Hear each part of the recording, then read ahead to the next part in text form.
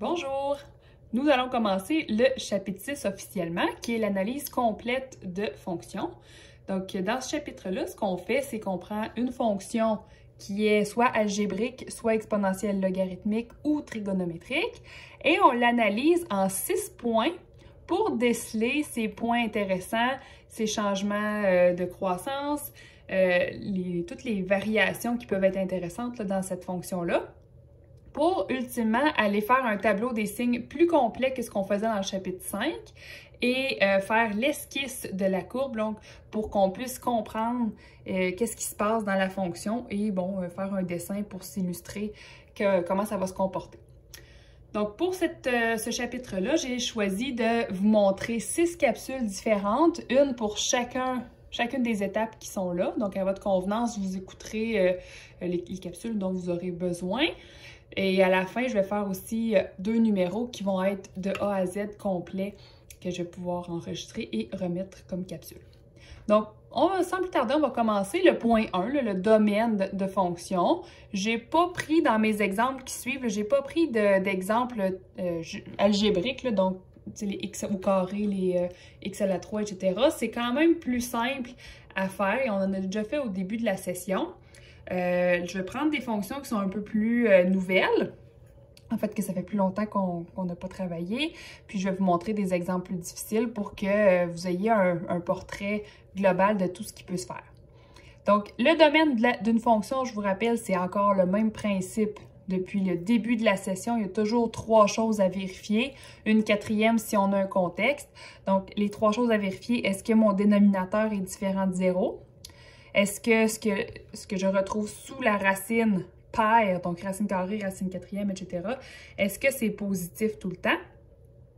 Et est-ce que ce que je trouve dans le log est strictement plus grand que 0? Parce que ces 3 étapes-là ici, c'est des choses qui n'existent pas. Divisé par 0, ça n'existe pas. Racine d'un négatif non plus. Et log de 0 ou log d'un négatif, ça n'existe pas non plus. 4e point qui n'est pas présent à tout coup, là, mais si vous avez un contexte, assurez-vous de respecter ce contexte-là, c'est-à-dire respecter les intervalles de définition ou, par exemple, le temps ne peut pas être négatif. Donc ça, ce serait un domaine à respecter.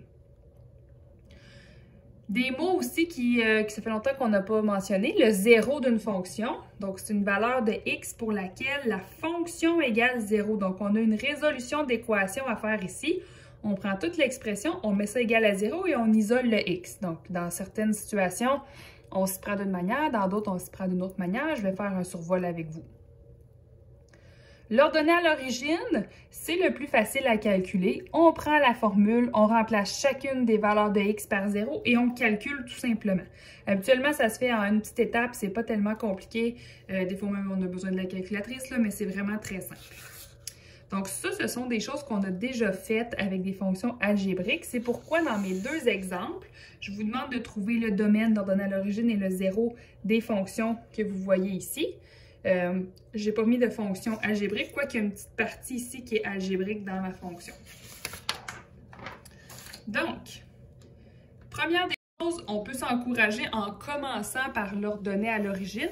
J'ai mis très peu de place là, pour compléter tout ça, donc vous m'excuserez, je vais écrire quand même serré, donc ordonnée, origine. Toujours la calculatrice en mode radian, c'est super important pour avoir la bonne réponse, sauf si c'est des zéros, des fois ça va donner la même chose. Donc h de 0, je remplace chacun des θ par 0.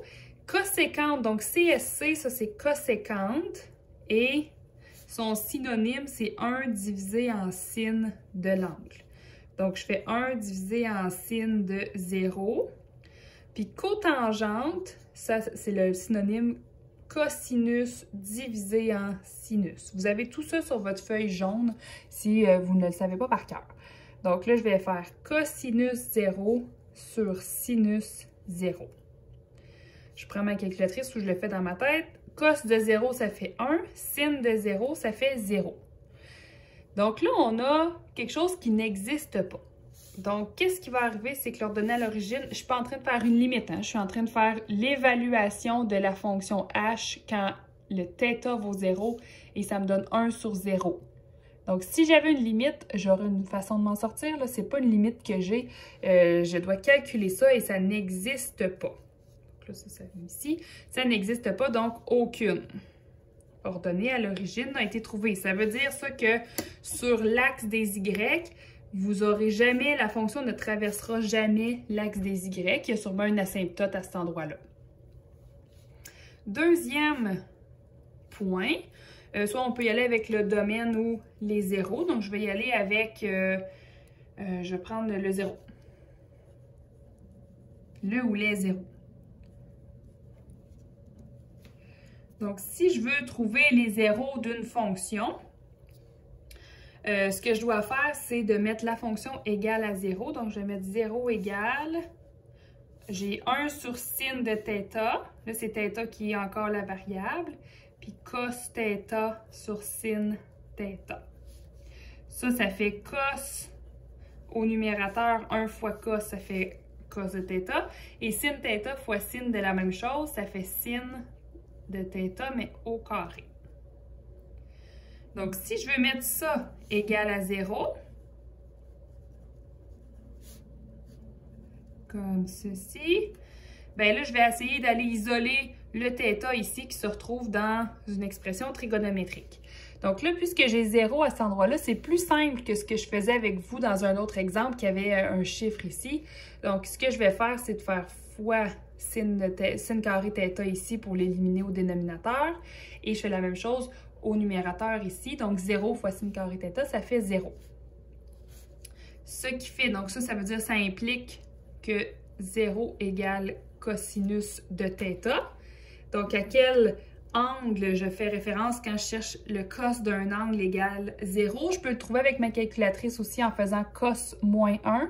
Attention, par contre, avec la calculatrice, il va y avoir des fois des réponses qui n'apparaîtront pas. Il va y avoir une seule, des multiples réponses en trigonométrie. Donc, ça peut être intéressant de savoir le trouver sur le cercle. Donc là, si je cherche mon cercle trigonométrique, l'angle pour lequel le cos vaut 0, donc cet angle-là, c'est pi sur 2 dans le cercle trigonométrique. Et je vais avoir aussi 3 pi sur 2. Je vous l'explique dans un instant. Je vous montre mon cercle. Donc, le cos, c'était la coordonnée en x ici de chacun des points. Donc, les endroits où ça vaut 0, c'est ici pour l'angle de pi sur 2 et ici 3 pi sur 2. Et là, je pourrais continuer comme ça à tourner sans arrêt jusqu'à l'infini, ce qui ferait que j'ai pi sur 2, 3 pi sur 2, 5 pi sur 2, 7 pi sur 2, 9 pi sur 2, 11 pi sur 2. Et là, je pourrais faire ça jusqu'à ce que j'arrive à l'infini, ce qui n'arrivera jamais. Donc, je vais écrire ceci, là, mes deux réponses que j'avais trouvées. Je vais juste me laisser un petit peu de place. Ou 3 pi sur 2. Donc, ça, c'est mes deux réponses dans le premier tour de cercle. Ce qui fait qu'à chaque intervalle de 2 pi sur 2, en fait, à chaque intervalle de pi, je vais retrouver un nouveau 0. Donc, les zéros, comment on écrit ça? Bien, on va avoir tous les x qui sont dans l'ensemble. Donc, des multiples impairs de pi sur 2. Fait que j'ai pi sur 2 fois chacun des chiffres impairs. Donc là, la notation que j'écris ici,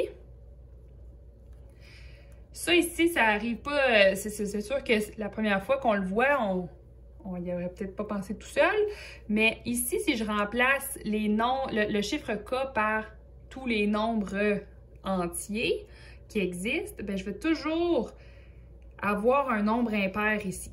Donc, par exemple, si je mets k qui vaut 0, je vais avoir 2 fois 0 qui fait 0, plus 1 qui fait 1.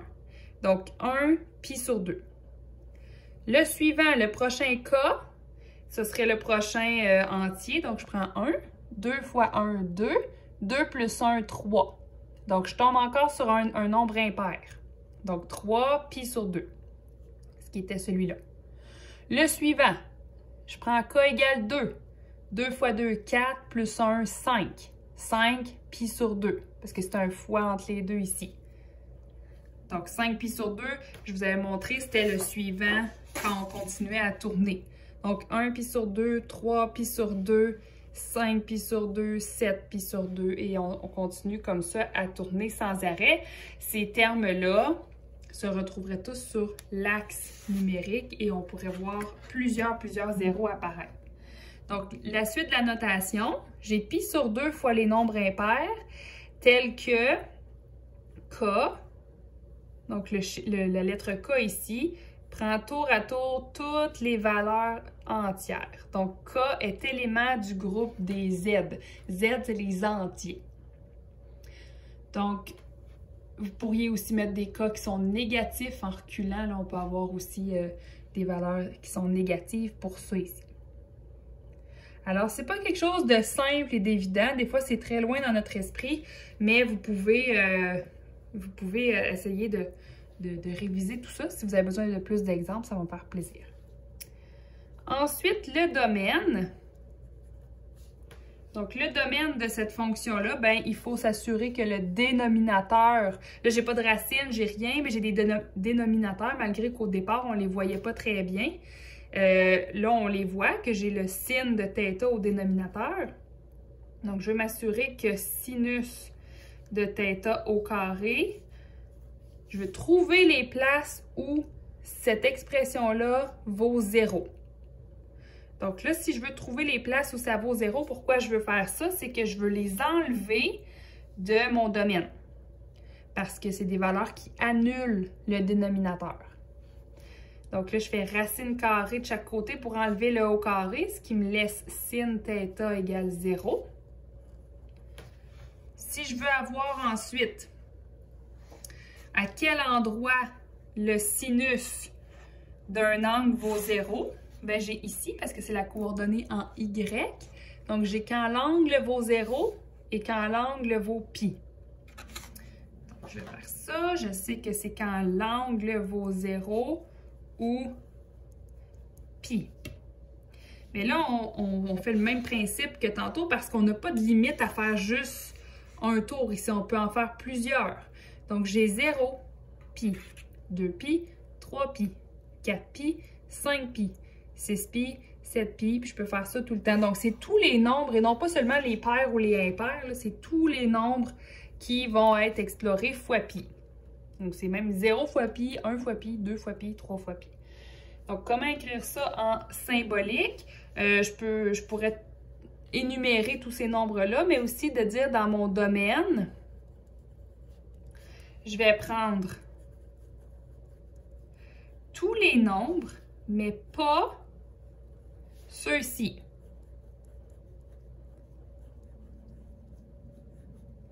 J'explique. C'est que je peux prendre tous les nombres réels, mais pas les multiples de pi. Donc, pourquoi je dis multiples de pi? C'est que je prends l'ensemble. Donc, une accolade, ça veut dire des points fixes. Là, c'est à cet endroit-là. Ici, ici, ici. Donc, tous les points différents où est-ce qu'on doit retirer, en fait, ces valeurs-là du domaine. Donc là, je vais avoir... Plus j'ai écrit X tantôt, c'était θ, désolé. Donc là, je vais avoir 1 fois... Ben, je peux même commencer à 0, mais je peux commencer à moins 10. Là. Donc, 0 fois pi, ça fait 0. 1 fois pi, ça fait pi. 2 fois pi, 3 fois pi, etc. Donc là, j'avais θ ici. Deux manières différentes d'écrire des ensembles. Là, ici, j'aurais pu aussi écrire θ est élément à 2. J'aurais pu faire ça. Donc, on a un premier exemple ici qui est un peu plus difficile, mais ça peut se retrouver dans une évaluation quelconque. Essayez de comprendre tout ça là, pour ne pas vous faire piéger le jour de l'évaluation ou dans votre travail. Deuxième. Donc, deuxième exemple, on va faire les mêmes étapes dans le même ordre. Ordonner à l'origine. Donc, l'ordonnée à l'origine, c'est bien simple. On prend toutes les variables, on les remplace par 0 et on calcule. Ça va faire moins 1 en haut. Puis en bas, ça fait 1 fois 3 moins 0, donc ça fait 1. Ça fait 3. Donc, je vais avoir moins 1 tiers comme valeur d'ordonnée à l'origine.